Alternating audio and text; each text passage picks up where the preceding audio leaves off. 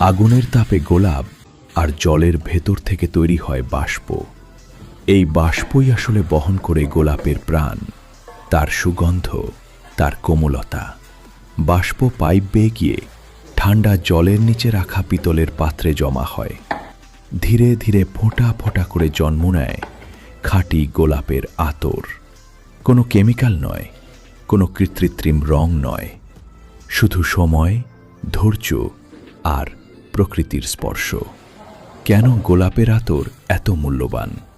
কারণ এই আতর মনকে শান্ত করে, হৃদয়ের ভার হালকা করে, চাপ কমায়, ঘুম ভালো আনে আর শরীরে দেয় এক স্বাভাবিক শীতলতা। তাই গোলাপের আতর শুধু সুগন্ধ নয়, এটা প্রকৃতির তৈরি এক অনুভূতি, যা ত্বকে নয়, মনের গভীরে গিয়ে ছোঁয়া দেয়।